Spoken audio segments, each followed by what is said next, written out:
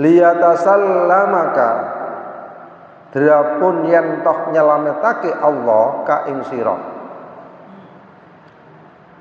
min yadil aghyar saking tangane pira-pira liyane Allah wa yukharrikaka lan merdekaake sapa Allah ka ing sira min rikil athari saking oleh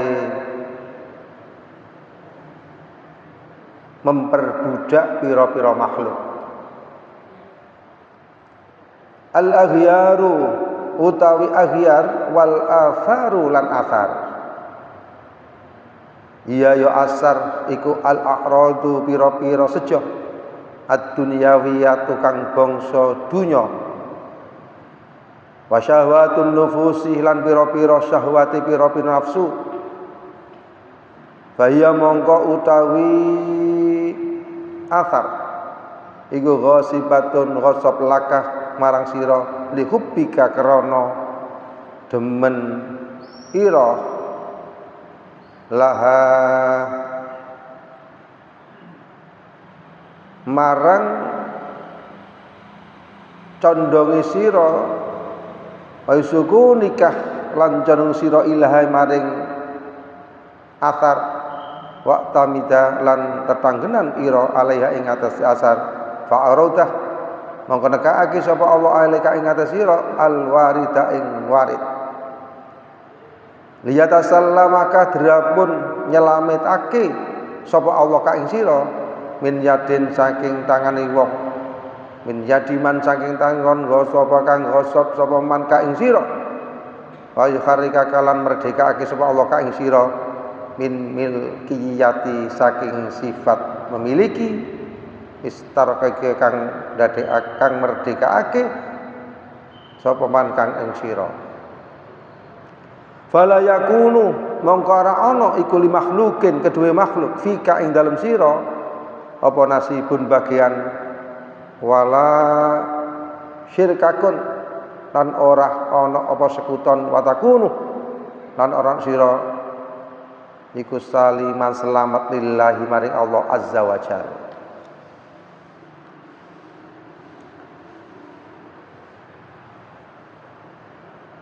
Allah mendatangkan kepada kamu mendatangkan warid yang berupa nur inayah supaya menyelamatkan dari cengkeraman selain Allah dan merdeka dari diperbudak selain Allah. Jadi tingkatan atau nur yang pertama yang sudah kita bahas hari Kamis yang lalu, kita berbicara tentang nur hidayah. Nur hidayah yang didatangkan oleh Allah, yang dimasukkan di dalam hati seseorang, yang berupa nur hidayah, supaya seseorang itu bisa mendekatkan kepada Allah dan menghadap kepada Allah. Itu yang pertama yang sudah kita bahas. Kemudian yang nomor dua, nur yang namanya nur inayah. Artinya apa? Artinya nur untuk peningkatan.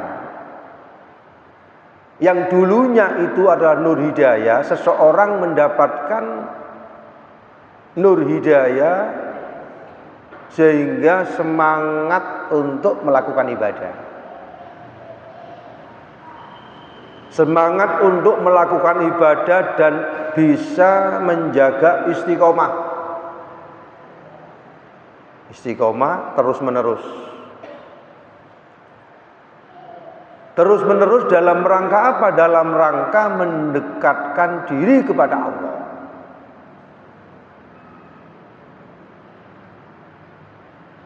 Untuk tahapan yang kedua ini lebih ditingkatkan lagi. Lebih ditingkatkan lagi, kenapa? Karena seseorang yang melakukan ibadah, semangat, istiqomah,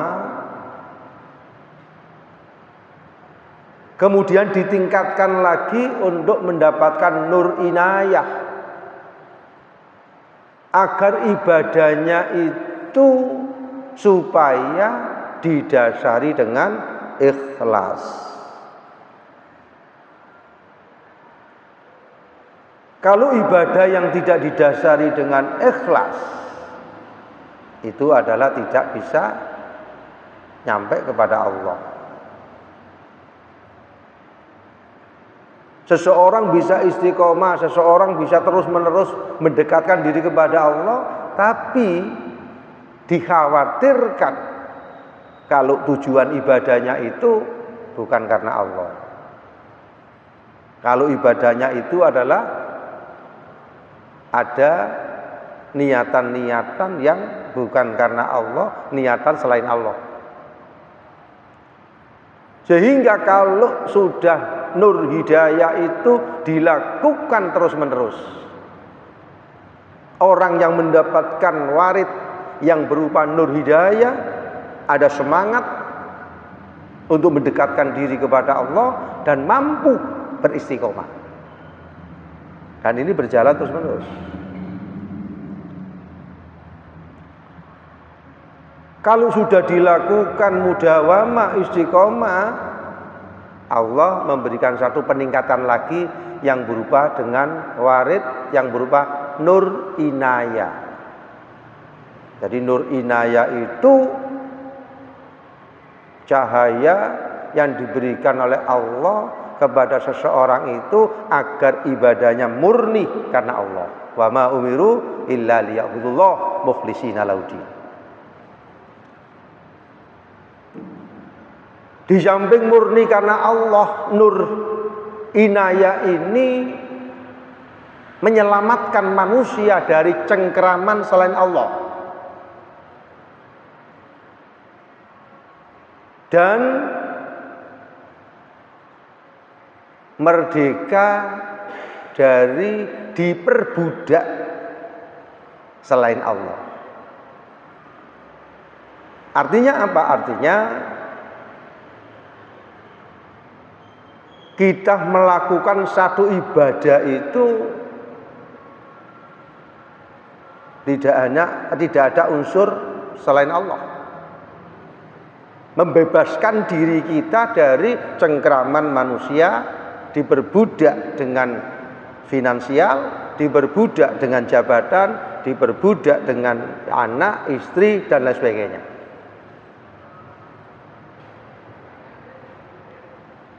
Sehingga apa? Sehingga seseorang yang mendapatkan yang disebut dengan nur inayah ini adalah semata-mata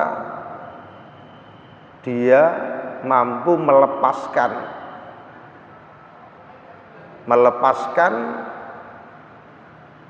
finansial, diperbudak oleh harta, diperbudak oleh selain Allah. Artinya diperbudak itu diperbudak oleh nafsu, diperbudak oleh jabatan, diperbudak oleh apapun, sehingga sampai melupakan, mendekatkan diri kita kepada Allah. Dan ini adalah satu usaha yang terus menerus, satu usaha yang mudawamah. Nah, itu satu usaha yang mudawamah. Kemudian berikutnya disebutkan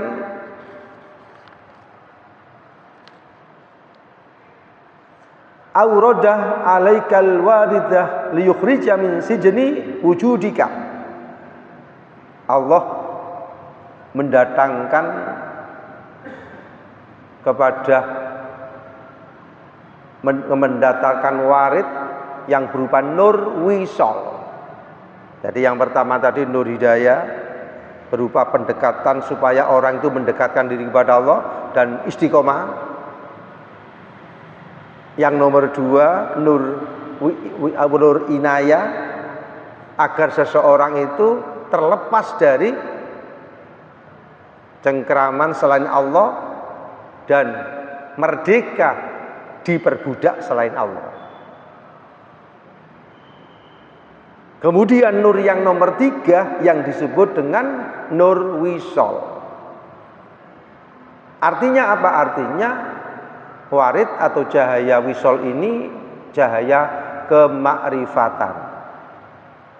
Seseorang terlepas dari penjara dirinya untuk melihat yang lebih luas, yaitu makrifat kepada Allah. Nah, ini tahapan-tahapan yang harus kita ketahui. Pertama nur hidayah, terus menerus.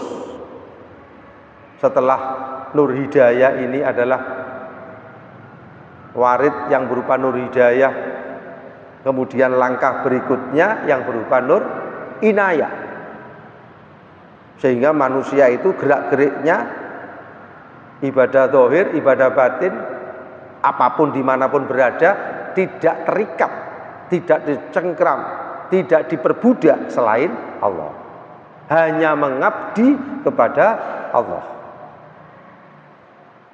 Setelah itu tahapan berikutnya Allah memberikan satu peningkatan lagi yang berupa dengan nur wisol, artinya nur kemakrifatan. Nur kemakrifatan itu manusia sudah bisa melepas dari dirinya dan melihat Allah, mukasyafah kepada Allah. Inilah tahapan-tahapan yang tentunya harus kita ketahui, sehingga sedikit demi sedikit kita berusaha, sedikit demi sedikit kita berjuang dalam rangka untuk mencapai tahapan-tahapan itu. Ya toh? Baik itu nur hidayah maupun nur inayah maupun nur kemakrifatan. Semuanya itu tidak akan terlepas dari apa? Semuanya itu tidak terlepas dari, dulu sudah saya terangkan, sebagian ulama mengatakan bahwa warid bisa juga datang dari wirid. Amalan-amalan istiqomah, amalan-amalan mudawamah sesuai dengan kemampuan yang ada pada diri kita, terus menerus dilakukan sampai kapan? Sampai diri kita menghadap kepada Allah Subhanahu wa Ta'ala. Ya, tergantung jenengan punya warid apa, punya wirid apa, sesuai dengan apa? Sesuai dengan kemampuannya, sesuai dengan apa? Sesuai dengan, oh mampu saya ini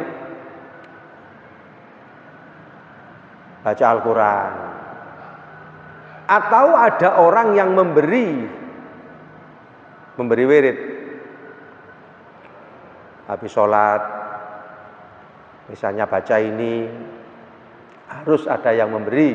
Itu amalan-amalan istilahnya yang ditunjukkan kepada seorang guru, seorang pembimbing, seorang petunjuk, tentunya harus diberitahu seperti itu, sesuai dengan kemampuan, sesuai dengan kondisi masing-masing. Harus punya wirid, ya toh, tergantung kemampuan jenengan.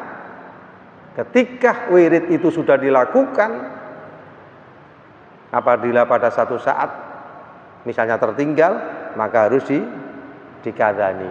Misalnya dengan mari punya wirid habis sholat, gitu, baca Al-Quran 1 juz atau baca Al-Quran 12 ayat atau membaca Al-Quran 15 menit dimanapun saja berada habis maghrib.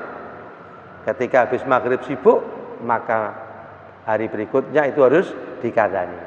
Inilah yang namanya wirid, terus menerus dilakukan sesuai dengan kemampuannya, dan ada orang yang memberi atau yang mengijazahi tadi.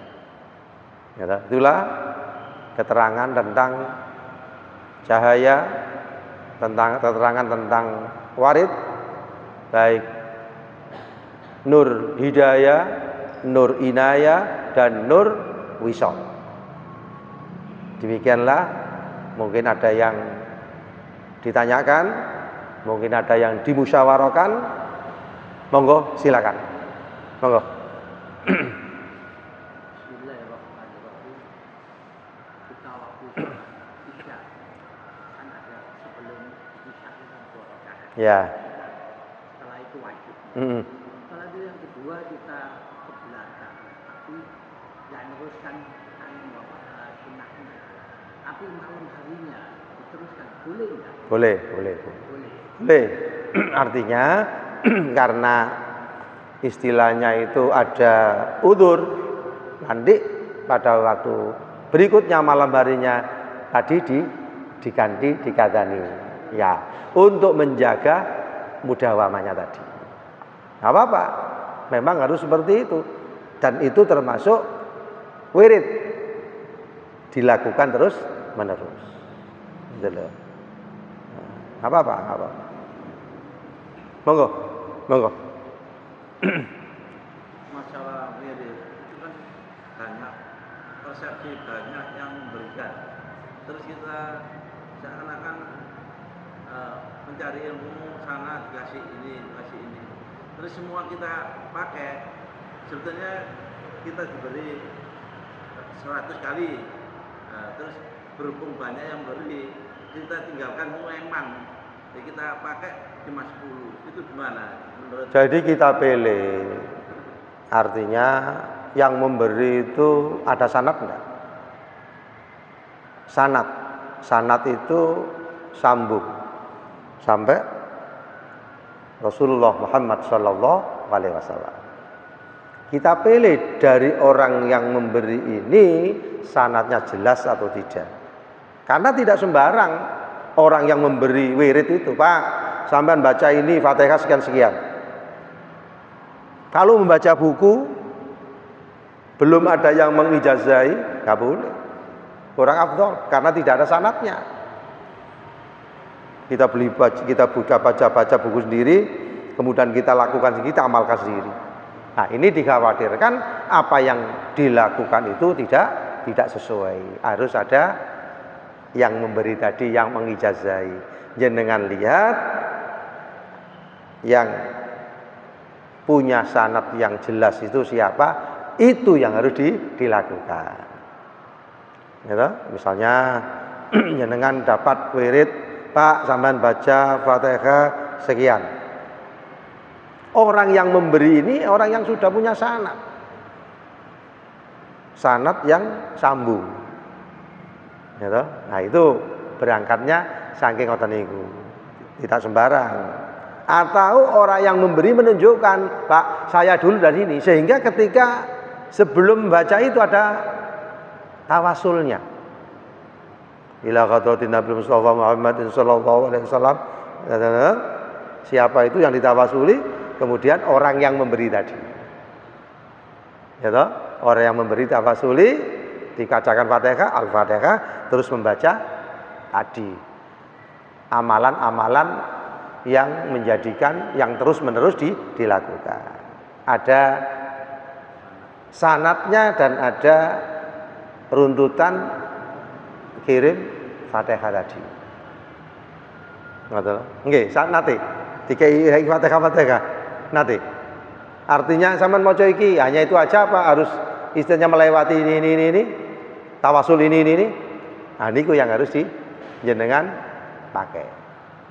Seperti halnya kita tiap hari itu membacakan sebagian murid. Itu kan lain. Ini kan sudah wirid yang sudah jelas. Setiap sholat itu sudah wirid yang sudah jelas. Itu wirid selain bacaan yang ada di dalam selesai sholat. Selain itu, misalnya jenengan baca Fatihah berapa, baca sholawat berapa, baca ini berapa, atau dan sebagainya, ya, itu harus ada yang memberi. Misalnya kita ada orang yang memberi, sampean baca surat At-Taubah ayat terakhir.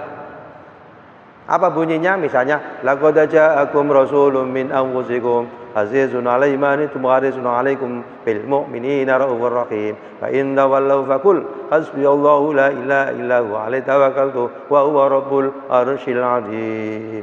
Sampean baca apa? Habis salat subuh 7 kali dan maghrib 7 kali. Fatihahnya ini. Amaliyanya ini. Nah, itu juga nantinya juga menjadi wirid. Ya toh? Misalnya seperti itu. Atau disuruh membaca surat ini kan banyak Al-Qur'an. Tetapi harus ada yang mengijazahi, yang jelas ada sanadnya. Supaya sanadnya sambung.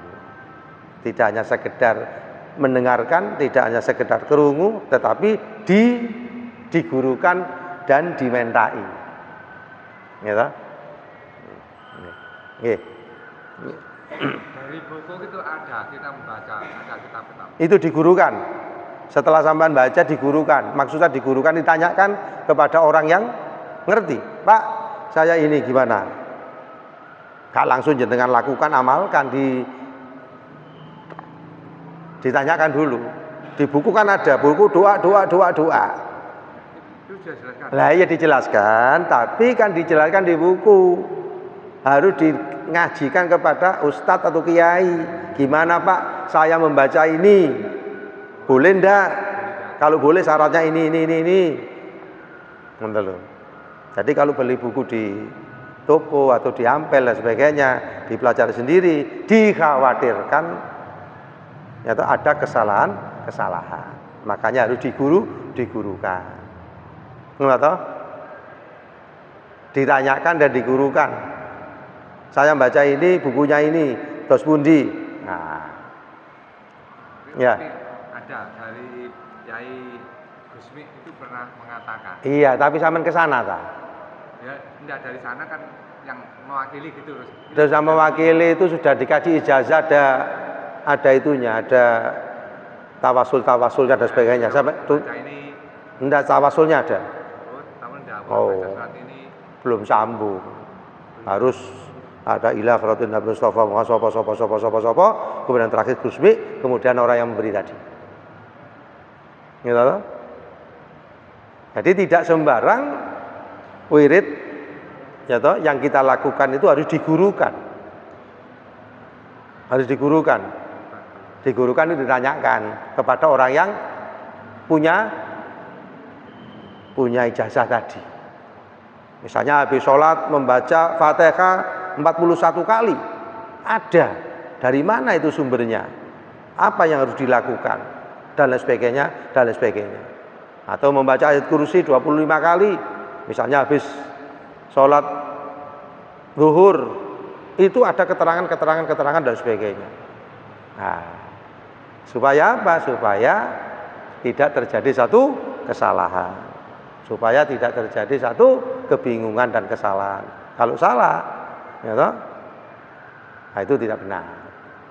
Niku jenenge kalau sudah diberi orang ada sanadnya yang jelas, kemudian dilakukan terus menerus, itu namanya wirid. Dan wirid itu bisa juga mendatangkan warid. Tapi wirid yang diberikan oleh orang yang jelas sanadnya. Enggak toh? Wonten Mbak ya, monggo silakan. Kembali ke masalah Nggih.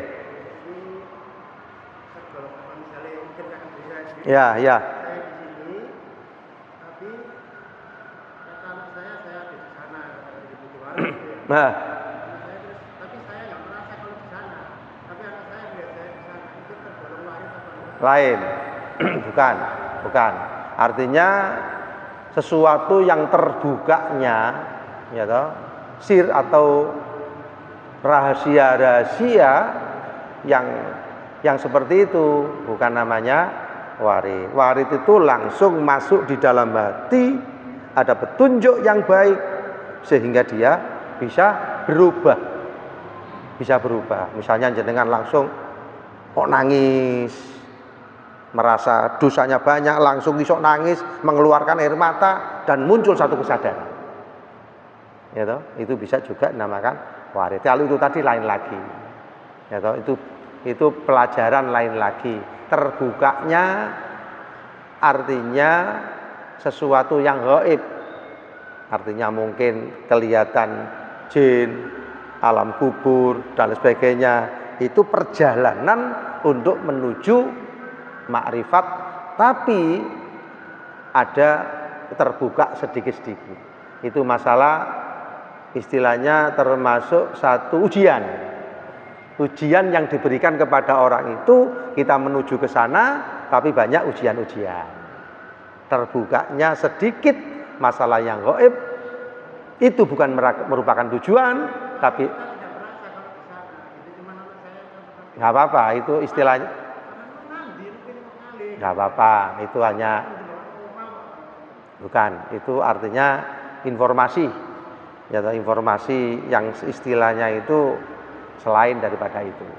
Itu bisa terjadi bagi orang-orang yang murid, bagi orang-orang yang salik, murid salik menuju tingkatan tarekat hakikat makrifat. Itu ujian-ujiannya itu kadang-kadang terbuka sedikit.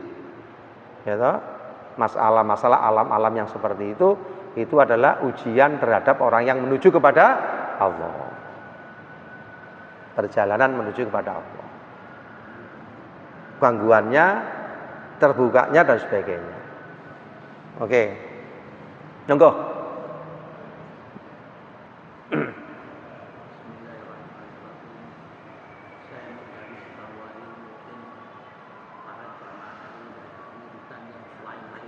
Nggih.